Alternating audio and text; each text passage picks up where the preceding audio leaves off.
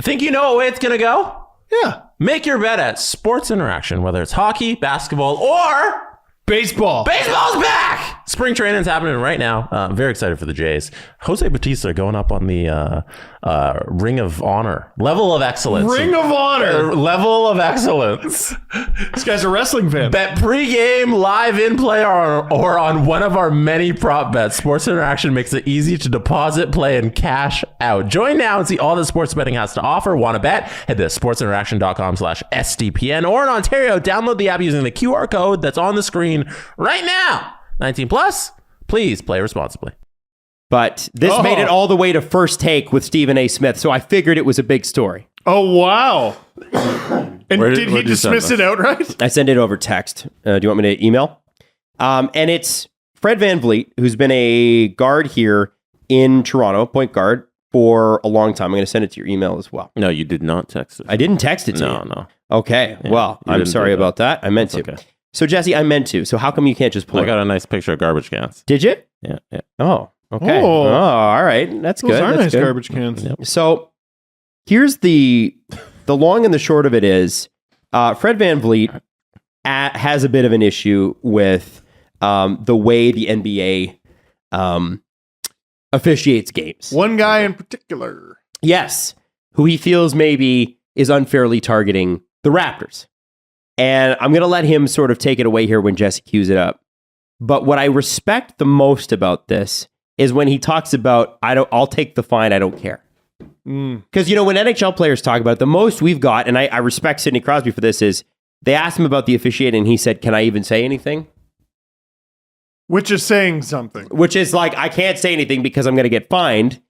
But like Fred VanVleet doesn't care about the fine that they leveled at him, which, by the way, was $30,000. Well, and Marcus Smart, who's on the Celtics, was asked about Fred VanVleet's comments, and Smart, he cleverly endorsed the comments without like officially endorsing them. What did he say? But it's like, well, he was basically like, I'll just let my man Fred VanVleet talk instead.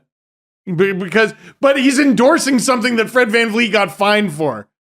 What if everyone just endorsed what Fred VanVleet said? Anyway, here's what he said. So here we go. I mean, I don't mind. I'll take a fine. I don't really care. I thought, Ben Taylor was fucking terrible tonight. I thought that on most nights, a couple of the, out of the three, there's one or two that just fucked the game up. And it's been like that a couple games in a row. Denver was tough, obviously. You come out tonight, you're competing pretty hard. The third quarter, I get a bullshit tech, changes the whole dynamic of the game, changes the whole flow of the game. And, most of the refs are trying hard. I like a lot of the refs are trying hard. They're pretty fair. They communicate well.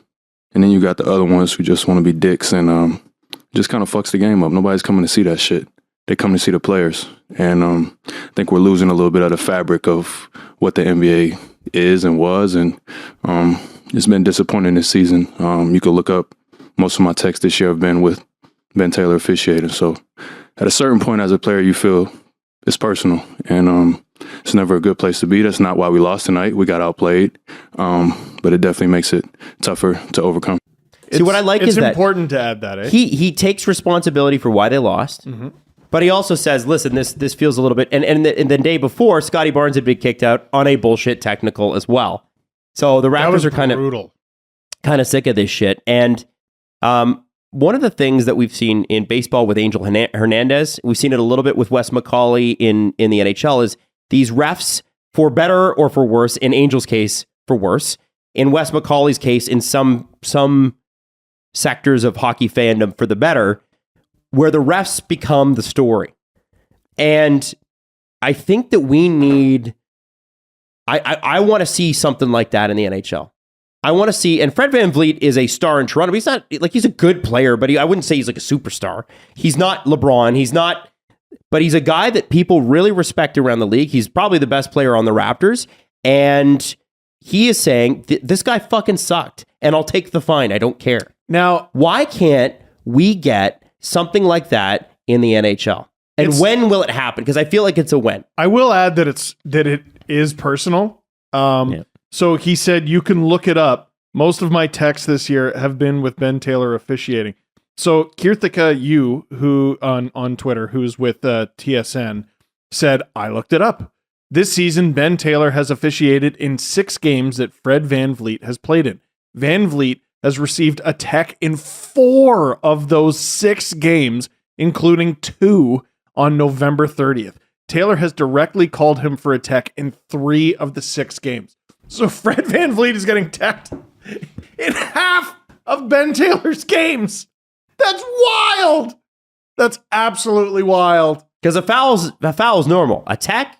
Yeah. I think in both leagues, in the NBA and the NHL, there's an officiating problem with officials getting in the way of the game and making their decisions affect the outcome of the game. I think in both leagues, it's become egregious because of the amount of cameras and television that we all can see all the games all the time because of platforms like Twitter and Instagram and TikTok, and these moments can go viral. That now we can see that these officials are getting in the way. And it's a problem because they're letting their personal feelings ruin these games. Scotty Barnes in a one basket game in the final 30 seconds was wild. The Jordan Poole one. Did you see the Jordan Poole one? No, I missed it. What happened? Pass the ball to the ref. And it was like slightly off target, but like it still bounced and the ref caught it and boop, right away. Tech. In the NHL, there's nothing he can do.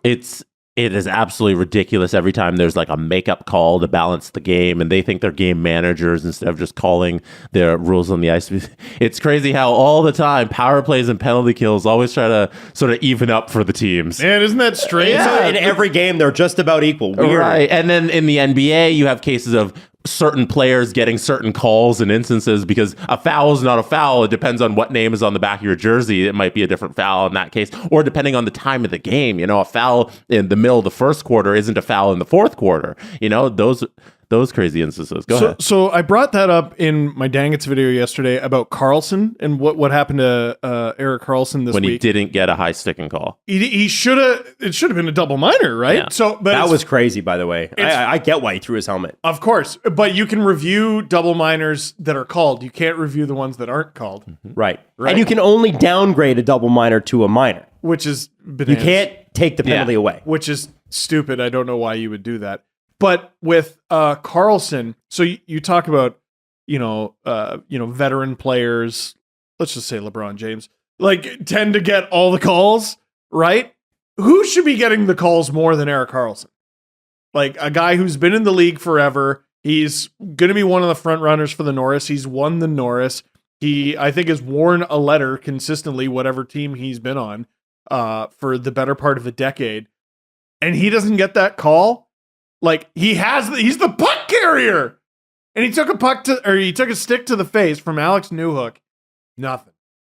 Absolutely nothing. It'd be different too if there was some sort of accountability from the referees in cases like those where it's literally we all watched on our 4K televisions that he high sticked him in the face. He is bleeding. We all know you screwed up the call. And we get absolutely nothing in the end. Like there's no, hey, we're going to make this better in the end. Hey, I wasn't looking at the play. I missed it. We all missed it. The officials on the ice. Nothing.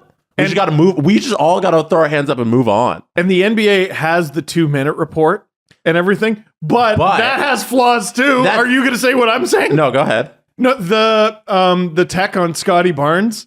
The guy wrote like a paragraph. The 2-minute report came back and like the only foul that they made a mistake on was going to go against the Raptors or should have gone against the Raptors. Mm-hmm. So like they just because the 2-minute report helps when there's things like if there was an equivalent to the high sticking in the NBA, that they can just be like, oh, we missed it, sorry. Whoops. But when throughout the game they're just calling fouls and giving out texts because of whatever reason, if it's a personal vendetta, they don't like the guy, this guy was talking a lot during the game, so we're trying to calm him down, we'll give him a couple fouls, send him to the bench, like those sorts of things, those aren't in the 2-minute report, those personal beasts that these guys have. Right.